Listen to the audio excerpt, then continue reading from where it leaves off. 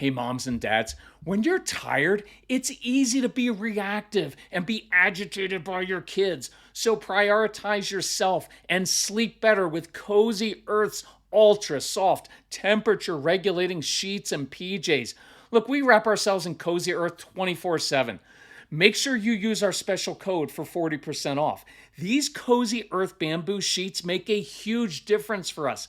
These are the softest, coolest, most luxurious sheets you will ever own. We fall asleep quicker, we stay in that deeper sleep, and we just feel more refreshed in the morning. We've also noticed, look, at night when we change into our Cozy Earth pajamas and just casual wear, it kind of invites us to settle into sleep mode. And it's risk free. Take 100 nights to decide with the Cozy Earth sleep trial. And every Cozy Earth bedding product comes with a 10-year warranty. Visit cozyearth.com/calm and use my exclusive code CALM for 40% off best-selling sheets, towels, pajamas, and more. And let Cozy Earth know you heard it from us. That's cozyearth.com/calm with the code CALM for 40% off. For kids like ours, the best learning is fun and interactive. We know so many kids who love IXL because their video tutorials and games just help kids feel smart and successful. Take a moment and check out ixl.com/Kirk. IXL is an online learning program that can be used by any student from K to 12, whether they are struggling in a particular subject or if they're homeschooling. IXL allows our kids to learn at their own pace and be independent. And you know our kids love that. On IXL, kids can explore any topic in any grade level, and they're not forced into a single learning path. Our kids thrive on positive feedback, and IXL consistently reinforces success. Make an impact on your child's learning. Get IXL now. Calm Parenting Podcast listeners get an exclusive 20% off an IXL membership when you sign up today at ixl.com/Kirk. So visit ixl.com/Kirk to get the most effective learning program at the best price. So little Chloe wants to tie her own karate belt in the morning before practice, but she doesn't really know how to do it. And if you try to help her, you're going to feel some venom. But if you don't help her, you'll be late or she'll get even more frustrated. So what do you do when you have a strong-willed child who wants to do things their own way? That is what we are going to discuss on this episode of the Calm Parenting Podcast. So welcome, this is Kirk Martin. You can find us at celebratecalm.com. If you need help, reach out to our very strong-willed son, Casey, Casey, at celebratecalm.com. Tell us about your family, ages of kids. What do you struggle with? We get there together as a family. We talk about it. We will reply back to you personally and usually very quickly because that's our mission, to help you, because this is really hard stuff. Because you know why? Because you have this child too. You have a Chloe, right? And they're very determined. They want to do things. Your strong-willed child wants to do things their own way, and they believe that their way is the best. And in that way, your kids are actually mirroring you, right? And right, you're mirroring our kids mirror their parents who want to do things their way and believe that their way is the best, because we have control issues and all kinds of other issues as parents. So I'm going to give you a very helpful and cool way to handle your strong-willed Chloe. I'm going to give you a script to use that I love, because these situations are going to happen 1,000 times throughout their childhood. And so you kind of have to get this right, or you're going to have constant power struggles. So a few thoughts. Number one, this is kind of blunt talk. I believe that parents create more power struggles than your kids do. I believe you create those power struggles. No blame, no guilt. Why? It's just because we have control issues. We want things done a certain way because you're the authority figure and your way goes. Because you know the most effective, efficient way to get it done is to do it X way. Because you don't have time for Chloe to figure it out on her own, and I get all of that. But there's a much better way than you just fixing it, which usually makes everything worse. We also create power struggles because we have anxiety about our child's future. And if they can't figure out basic things or they can't control themselves, how are they ever going to control themselves in the future? And who's going to marry them and who's going to hire them? I get all of that. And what if your child chooses a school of hard knocks? What if they don't listen to other adults? Learn to control your own anxiety. Your kids are going to change. You're looking at a 7-year-old or a 14-year-old and thinking that's how they're going to be like when they're 24 or 34. They grow up, they change. But that's for another podcast, and that's your issue. So work through, if you have it, work through the 30 Days to Calm program, because we go through controlling your own control issues. Man, it is so liberating in life when you can control yourself, your own emotions, your own anxiety. Get control of yourself first, or you're going to escalate 993 out of the next 1,000 situations like this, and that's by the time your child is 7. Number 2, if you have a strong-willed child, you must understand the concept of ownership. Listen, I do not give kids control of my home or my classroom, but I do give them what we would call ownership of their choices within my boundaries. I just make my boundaries larger to provide more options for the strong-willed child who naturally is going to resist. I don't clamp down. You're going to have family and friends who are trying to be very helpful, i.e. judgmental, and they're going to tell you, you better clamp down on that child. And you've done that before. You clamp down, and it creates a lot more anxiety. We're also not saying, this is not permissive parenting. Well, just do whatever you want because I don't want you to be upset. I'm not saying that. I'm giving you ownership of your choices, but within my boundaries. I'm just not being so rigid. And what I'm basically saying is this. Hey, here's my goal. Here are my expectations. This is what I want, what I expect. Here are my boundaries. How you accomplish this goal, how you meet my expectations, that is up to you. I don't care how you get it done. I relinquish control over how it gets done, not if it gets done. Does that make sense? Because your kids are always going to want to do it in a different way, in a weird way, in a creative way, in a non-efficient way at times. And it's so the language is, it's not like if you want to do your homework. Oh no, homework's getting done. Oh no, it's not if you get up in the morning. No, you're going to get up in the morning. You're going to do your homework. Those are given. It's going to get done. I just don't care how you do it. If you want to do your homework lying off the sofa upside down, if you want to do it in a treehouse underneath the kitchen table while listening to Kid Rock, I don't care. Right? Morning routine. You don't have to do it on my OCD timeline. As long as you are in the car or on the bus at 7:22 a.m., I don't care how you do it. In fact, if you're smart enough to wear the clothes to bed that you're going to wear to school the next day, fine. Sleep in until 7:19. Roll out of bed. Grab that Pop-Tart that you hid under your bed because I know you hoard food up there. Run to the bus stop in bare feet. Right? I don't care. Put your shoes on during the bus ride. I don't care. Just be on the bus by 7:22. Now, the hard part is I do care how they get up in the bedroom in the morning, but that's usually my issue. We pick so many fights with our kids because we simply don't like the way they do things. And I'm encouraging you to step back from that. Give your kids some ownership. And this is a really important principle. If you listen to any of our programs, you're going to hear this again and again. When we as parents step back, it gives our kids space to step up and be responsible for themselves. When we step back from lecturing, which is really micromanaging, and nobody likes to be micromanaged, it gives your kids to step up and try things themselves. See, our goal is to raise kids who are responsible for themselves, but inadvertently we try to control everything about them, and we rob them of that ability to learn how to be responsible. So you really, really want this in the long term. It's the sign of an independent kid who can figure things out on their own and who will actually leave your home before they're 27. So we want this. So Mrs. Calm told me yesterday, I wish I had begun drinking AG1 sooner. My stomach has felt so much calmer and I'm more regular. My AG1 in the morning provides some consistency I really crave. And that's one reason I love my AG1. It's an easy, healthy daily routine. No messes, no blenders. We put 1 scoop of AG1 into a bottle of water, shake it up, and start our day with 75 vitamins, probiotics, prebiotics, and whole food sourced ingredients. Check out a special offer at drinkag1.com/calm. Look, I've got more energy, better mental clarity, and AG1 supports my immune health. And that's why I've been partnering with AG1 for so long. Be an AG1 couple like us.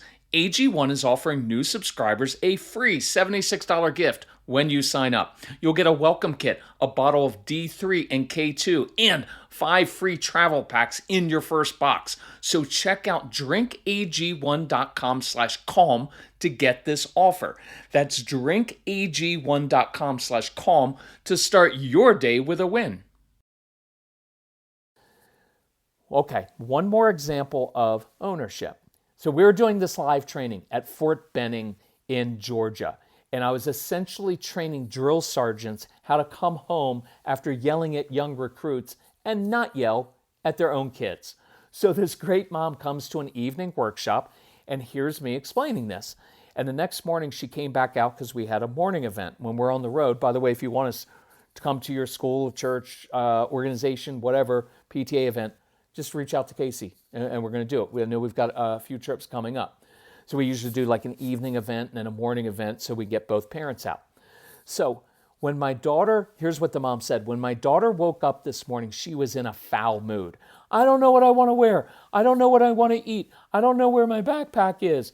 And mom said she was tempted to jump in and fix it because that's what we do as parents. We fix stuff, we fix moods, we make things better. But instead, this mom stepped back and told her daughter in an even, matter-of-fact tone, really important, moms and dads, honey, I believe you're capable of handling this. And then she gave her daughter some space, walked away, and started drinking. I'm kidding. I don't want you to drink. But you're going to feel like it sometimes because you're so accustomed to jumping in and say, oh, honey, here's what you should eat. I put your backpack over there. Let me fix this for you. Step back. And she told her, I believe you're capable of handling this. Great phrase, by the way. And then gave her daughter some space to deal with all of her emotions without having to stand over. Young lady, you need to get control of yourself right now. Like that's ever going to work? Doesn't work when people tell you that, so don't do it to your kids. So the daughter stomps up the stairs, and that's irritating to you, isn't it? And she starts opening and closing, i.e. slamming her dresser drawers, throwing her clothes on the floor. And mom resisted stomping upstairs herself. Good job, mom. Mom resisted lecturing her daughter about how she should have laid out her clothes the night before. And I bought you so many clothes and you don't even wear. And you're going to have to clean this mess up when you get home later. Stop with all the mom and dad lectures. They don't work. She gave her daughter space. Guess what happened when mom was downstairs minding her own business, getting along with her own morning? 7 minutes later, daughter walks downstairs and says, bye, mom, have a good day, as if nothing happened, because that's what strong-willed kids do, and it's going to drive you crazy. But it's very, very normal. And here's what mom said. If I hadn't heard you the night before, this would have turned into World War III, and we both would have lost.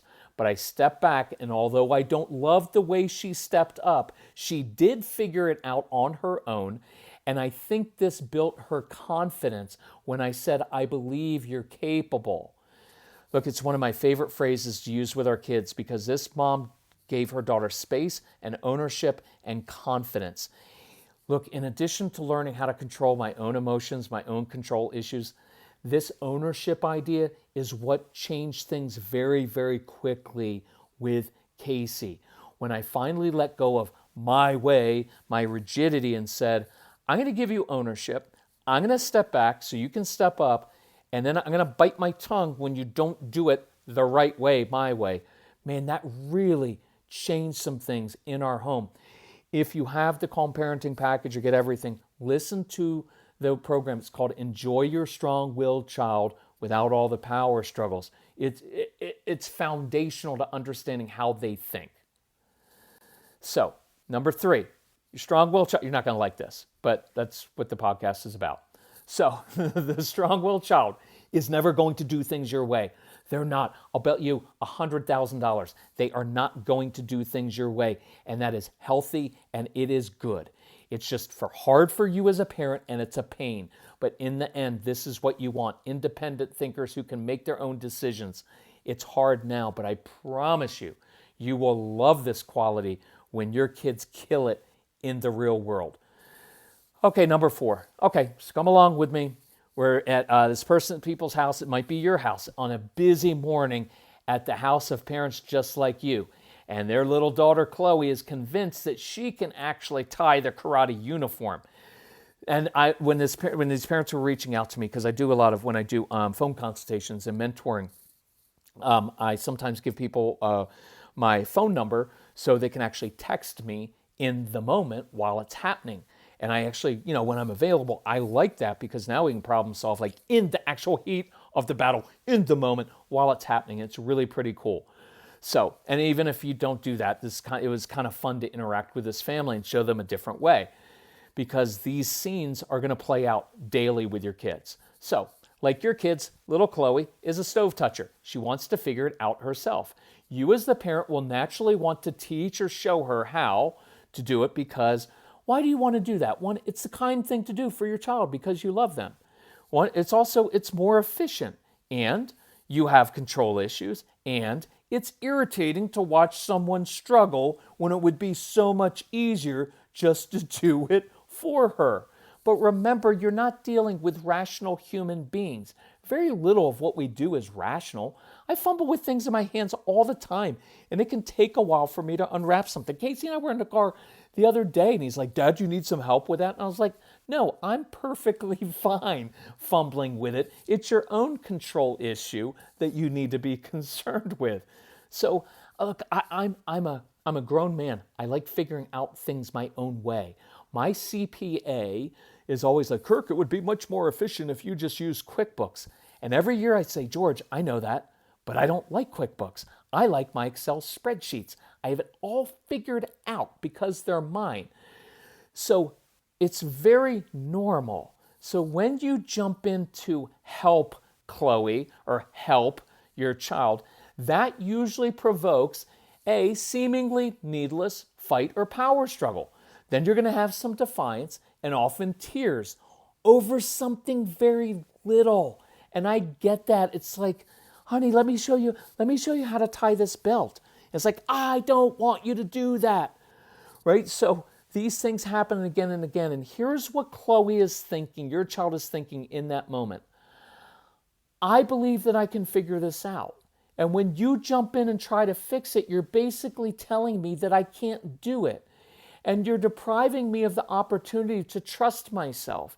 And you're depriving me the opportunity to try and fail and learn from it. But I know I can do it, or at least I want to try." See, we should be encouraging this more. Now, this also means this. When I inevitably, as a strong-willed child, can't figure it out, I'm going to take that personally. And my reaction to my seeming failure is going to be more intense and perhaps explosive. Right? Because this is just a little belt she's trying to tie. It should be pretty easy. But if she can't do it, she's going to explode. And inside you're going to be like, "Why are you getting upset? It's just a stupid little thing." But it's personal to them. They see it as, there's a part of it which is imperfection, but it's part of it is embarrassment. I should be able to do this and I couldn't do it and you were watching. So there's a little bit of failure and shame. That's all normal. So expect it and don't try to fix it. And I'm going to repeat that. Expect some of these things. We get so busy as parents in our lives. We're like, we expect them to just do this and do that because I know better. You should just do. Expect these things. Change your expectations of yourself and your kids and your family life. You're supposed to have these blow-ups, especially with a strong-willed child. And don't try to fix it all the time.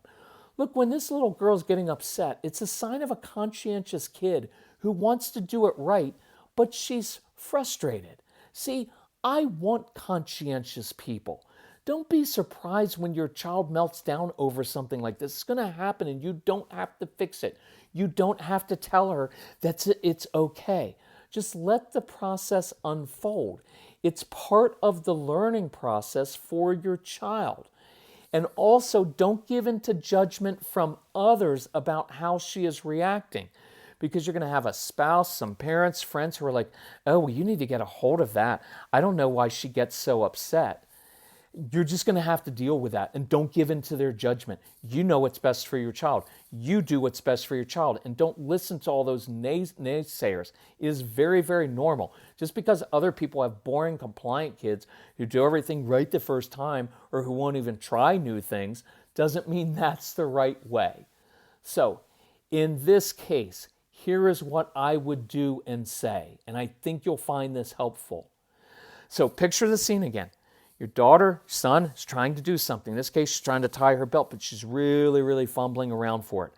You resist the urge to go in and say, oh, honey, let me show you how to do this. That is infuriating to a kid. It just is.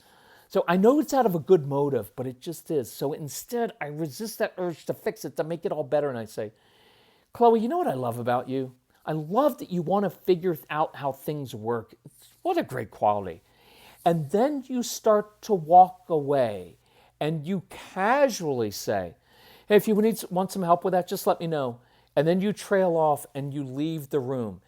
You give her space to wrestle with it. And if she does ask for help, or if she gives you that pleading look, because to ask may be admitting defeat, do it quietly, without any lectures, without any instructions. So if she's looking at you like she wants help, you walk in and just do it quietly, and then you move on. That's how you do it with these kids. Very little talking, very little instruction in that way, and space. Slow life down to allow for these moments without everything being overscheduled, because if you're overscheduled, you're going to miss these moments, and it's going to take longer when you escalate things. Know that raising a strong-willed child requires a lot of time. You can't force them into your type A world and expect them just to adapt. I'm a type A guy. I get it. But this is the child that you have been given and that you've been entrusted with, and you're not going to change their very nature. And you shouldn't want to. And you don't have to give in to them. And I definitely don't want you buying them a lot of things. That creates entitlement. But allowing them time and space to tinker with things and figure out things. See, that encourages self-reliance and creativity. That creates resilience. We want all those things. So deal with your own control issues, or you'll make these incidents infinitely worse. So homework this week. Learn how to give your kids ownership. It is so incredibly freeing and liberating because you don't have to control everything. You don't give them control of your home. You give them ownership over choices within your boundaries so they learn how to step up. This week, let's step back, give them some space. Look, no blame, no guilt in all of this. Also, no excuses. If you've got the programs, listen to the Strong-Willed Child one and the 30 Days to Calm. It will free you. It is it's so nice to finally enjoy your strong-willed child. And I believe that you can and you will.